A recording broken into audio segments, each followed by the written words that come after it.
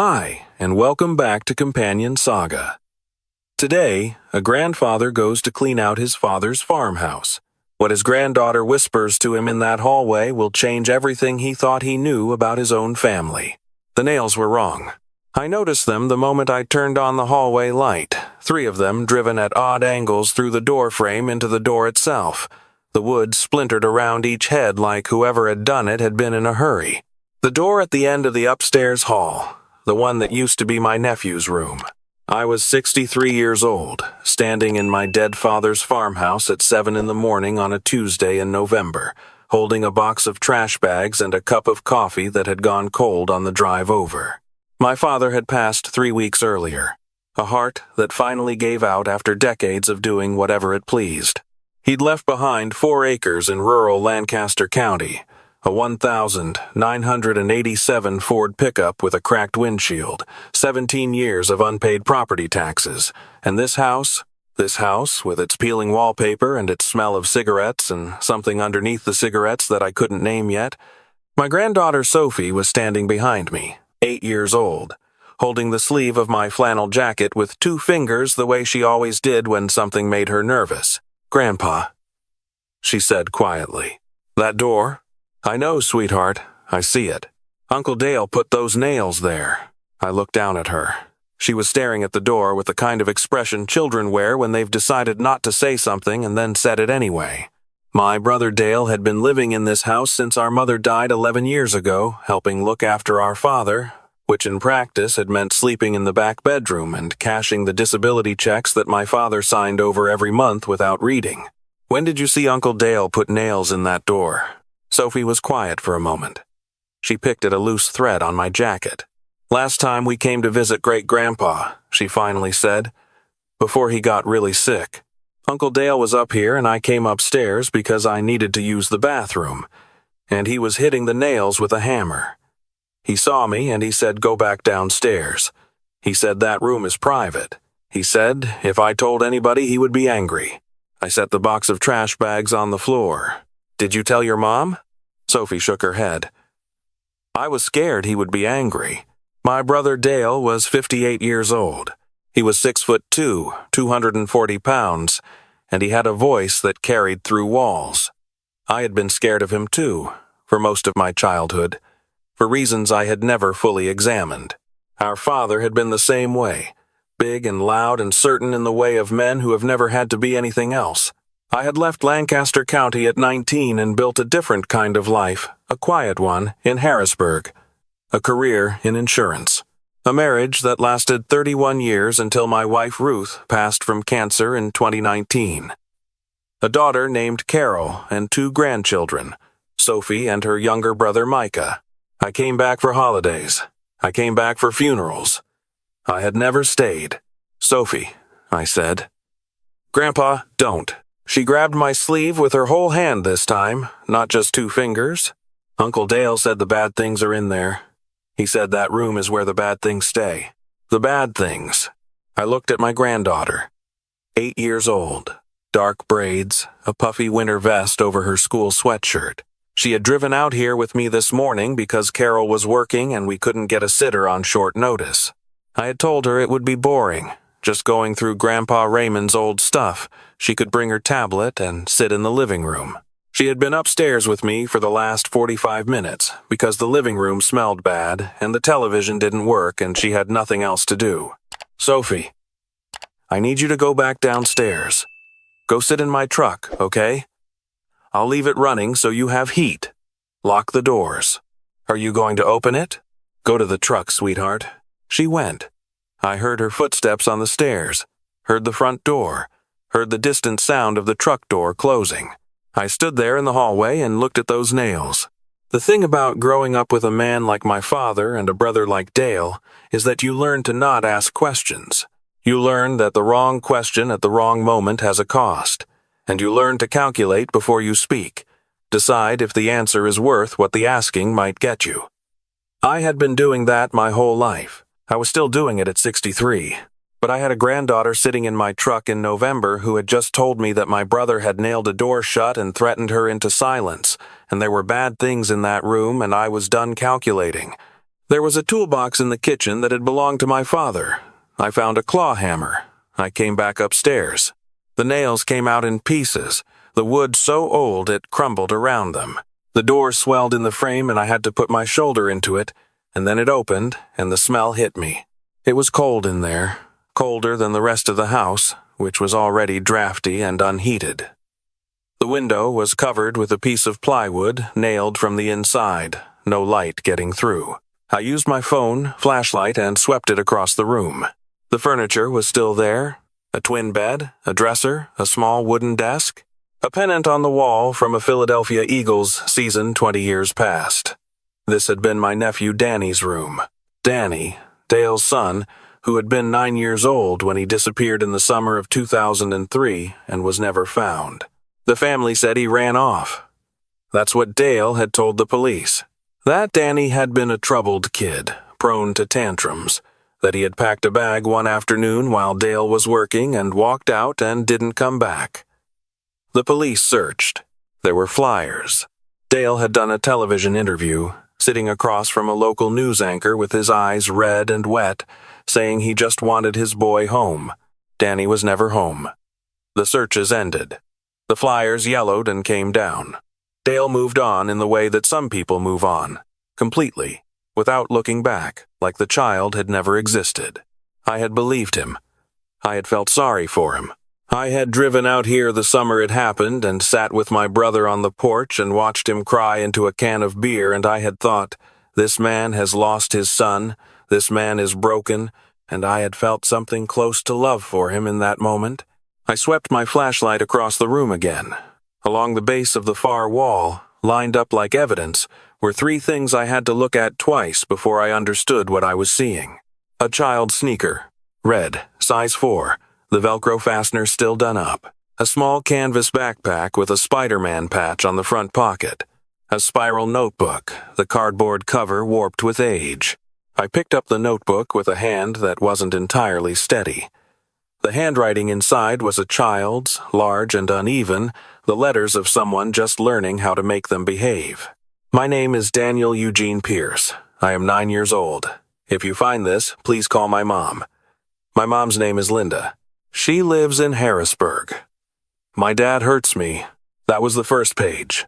I sat down on the edge of that twin bed and I read every word my nephew had written in that notebook, and by the time I finished I was not the same man who had walked up the stairs 20 minutes earlier. I called 911 from that room with the plywood window and the pennant on the wall, and while I waited I called Carol and I told her what I had found, and then I went and sat in my truck with my granddaughter and held her hand and tried to keep my voice from shaking while I told her that she had done the right thing, that I was so glad she had told me, that she was so brave. "You're crying, Grandpa," she said. "I know, sweetheart. Is this bad?" I looked at her. I didn't want to lie to her. I had been lied to for 20 years, and I knew what that cost. "Yes," I said, "this is very bad, but I'm going to need you to be brave a little longer, okay? There are going to be some police officers coming, and they're going to need to look in the house.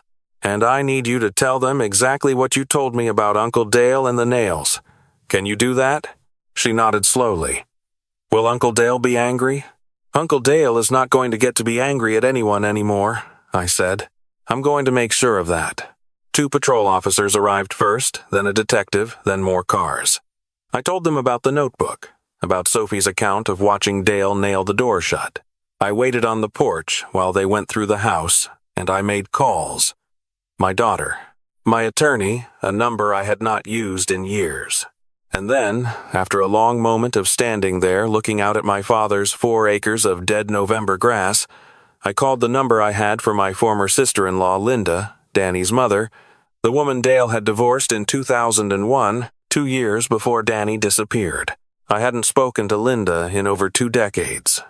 I had, in the quiet, shameful way of families who choose convenience over truth, sided with my brother in the divorce. I had accepted his version of Linda as unstable, difficult, a woman who wanted to take his son away from him. I had not asked questions. She answered on the 3rd ring. I told her who I was. I told her where I was calling from. I told her that she needed to sit down.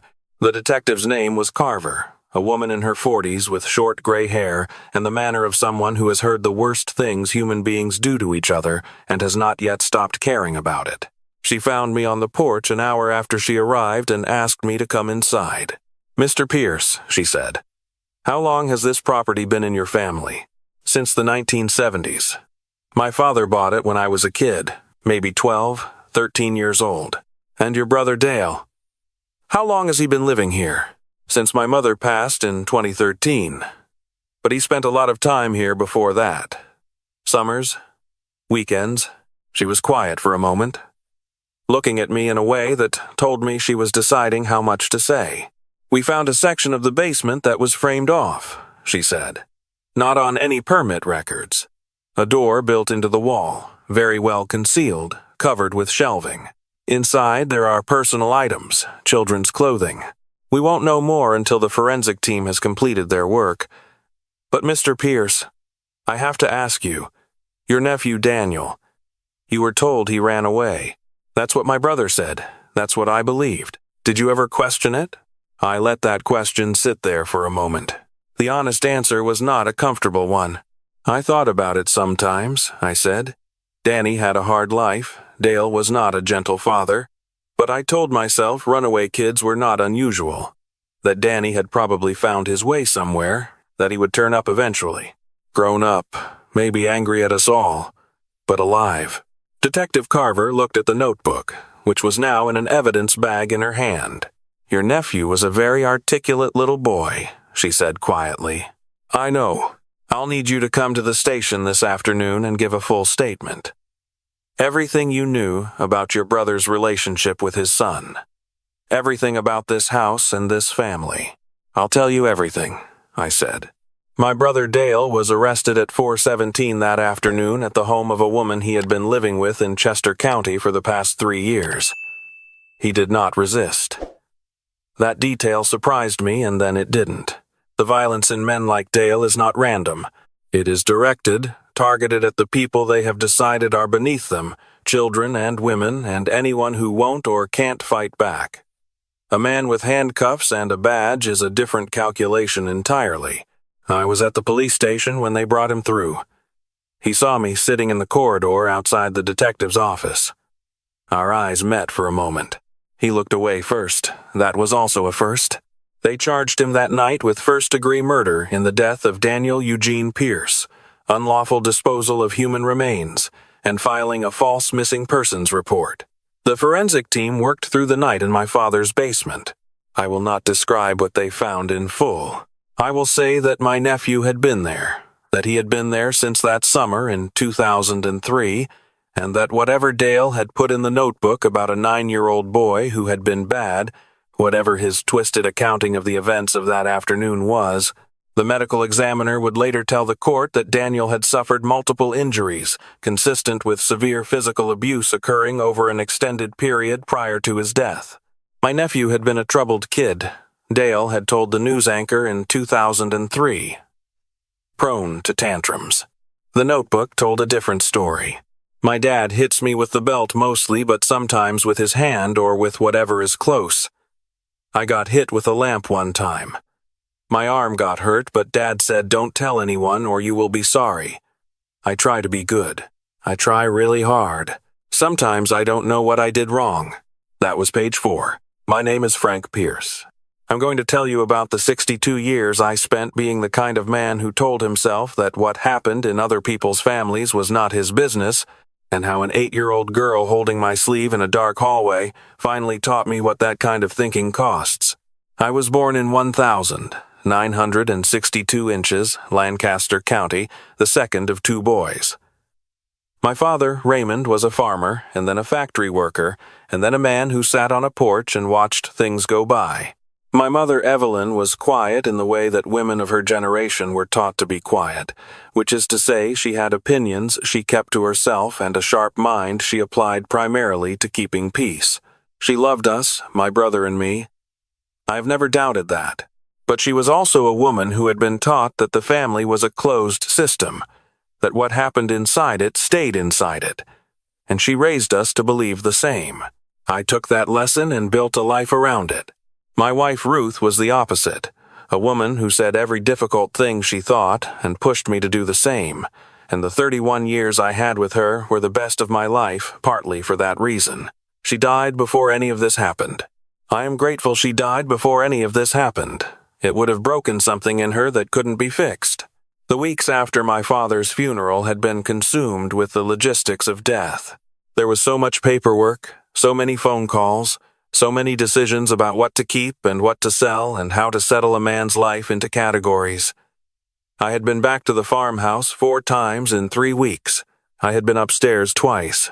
I had walked past that door both times without stopping. Sophie stopped. That is the thing I keep coming back to. My granddaughter, 8 years old, stopped in front of that door because something in her knew it mattered.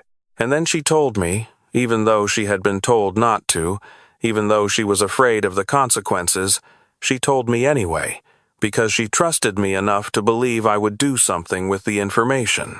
I almost didn't deserve that trust.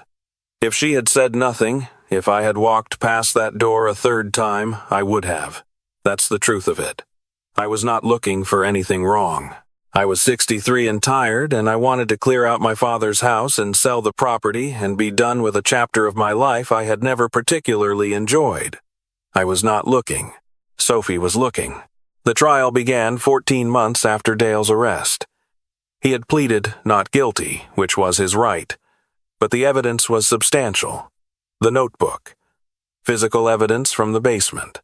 Medical records subpoenaed from Danny's pediatrician, documenting injuries over several years that the doctor had noted and flagged and reported, and that had been investigated and closed each time after Dale provided explanations that the system, overworked and underfunded and inclined to keep families together, had accepted. Danny's pediatrician testified. A small woman with silver-streaked hair who sat in the witness box and read from her own notes in a steady voice that only cracked once. She had flagged his injuries 5 times in 3 years. 5 times. She had done what she was supposed to do. The system had not done what it was supposed to do. My nephew had gone home every time. I sat in that courtroom every day. Carol sat beside me for most of it, holding my hand during the harder testimony. Sophie, of course, was not there. She had given her account to the detective with a child advocacy specialist present and a camera recording, and that recording was played for the jury. My granddaughter on a screen at the front of the courtroom, sitting in a bright, comfortable room with a stuffed rabbit on the table beside her, telling a gentle-voiced specialist about the nails and the hammer and what Uncle Dale had said to her about being angry. The jury watched her. 12 people watching an 8-year-old girl and her rabbit, and you could feel the temperature of the room shift. The jury deliberated for 6 hours, guilty on all counts. The judge sentenced Dale to life without the possibility of parole. He was 60 years old. He stood at the defense table while the sentence was read and showed nothing. The same mask my father had worn, the same flatness behind the eyes that had always made me uneasy without my ever knowing why. Linda was in the courtroom for the verdict. Danny's mother. We had spoken many times over the 14 months of the investigation and the trial, phone calls at first and then visits, a tentative and painful reconstruction of a relationship that had never really existed in the first place because I had let my brother tell me who she was. She was not what he had told me she was. She was a woman who had spent 20 years believing her son had run away and hated himself enough never to come back to her. And the knowledge that this was a lie, that he had not left her, that he had not chosen to disappear, was both devastating and, in some complicated way I watched her wrestle with, a relief. He didn't leave me, she said once, on the phone at 11 o'clock at night, maybe 6 months into all of it. All this time I thought he left me. I thought he was somewhere out there thinking I hadn't looked hard enough. You looked, I said. I had read the police reports by then. Linda had called every week for 2 years. She had hired a private investigator. She had posted on early internet forums for missing children long before such things were common. She had never stopped. He knew that, I said. From the notebook. He wrote that his mom would be looking for him. He believed that. She didn't say anything for a long time. He knew, she finally said. He knew. Danny was given a proper burial 8 months after the trial. Linda arranged it, a small cemetery in Harrisburg where her own parents were buried. There were more people there than I expected. Neighbors and former teachers and a couple of childhood friends who had heard the news and driven hours to be there. Children make impressions. Even children whose lives are too short. Even children the world loses too early, they leave marks on the people who knew them. I drove Sophie out on a Saturday morning in early spring, just the two of us, Carol's permission given after a long conversation about whether it was the right thing for a 9-year-old to do. Sophie had asked to come. She had asked twice, carefully and seriously, the way she asks for things she genuinely needs. The cemetery was small, well kept, the trees just starting to show the first pale green of new leaves. Danny's headstone was white granite. His name, his dates, and at Linda's request, a single line below them. He was looking for the light. Sophie stood in front of it for a long time. I stood behind her with my hand on her shoulder. "Hi, Danny," she finally said. "You don't know me. My name is Sophie. My grandpa is your Uncle Frank." She paused, looking at the stone. "I'm sorry nobody found you sooner. I'm sorry you were in that house for so long." She reached into her coat pocket and produced a small plastic dinosaur, a stegosaurus, green with yellow spots, the kind that comes in a bag of 50 from a toy store. She set it on the base of the headstone carefully. "I thought you might want something to look at," she said, "so you're not bored." She stood back and took my hand. "Can we get hot chocolate, Grandpa?" "We can get anything you want, sweetheart." I am 63 years old. I have lived the kind of life where nothing very dramatic happened, where the days were mostly ordinary, and I had thought for a long time that this was a thing to be grateful for. Ordinary days, no catastrophes. Keep your head down and do your work, and let other people's business stay their business. I know now what that kind of thinking costs. It costs Danny. It costs every child sitting in a room with a man like my brother, waiting for someone to walk past the right door at the right moment and stop. Waiting for someone to notice. I didn't notice for 20 years. My granddaughter noticed in 20 minutes. She noticed because nobody had taught her not to. She noticed because she was 8 years old and had not yet learned the adult habit of deciding that the things that make us uncomfortable are probably fine, probably nothing, probably not our business.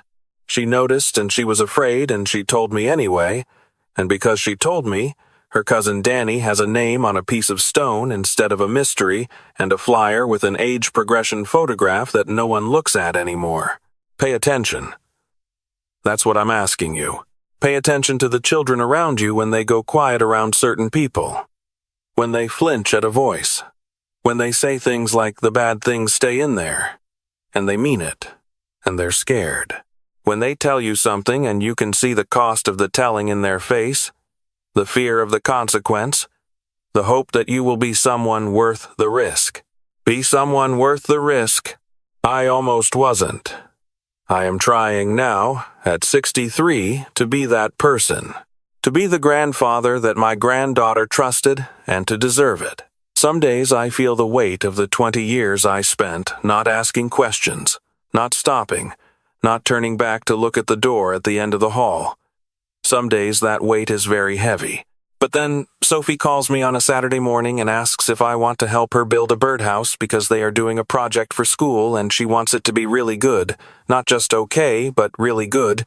And I drive over and we spend 4 hours in Carol's garage with lumber and nails and a YouTube video we watch 3 times because neither of us quite understands how the roof is supposed to work. And by the end of it, we have something that is structurally unsound and completely crooked and entirely ours. She hangs it in the backyard. The birds come. That is enough. That has to be enough. You keep going. You show up. You hold the hand that reaches for yours in a dark hallway. And you listen. And you act.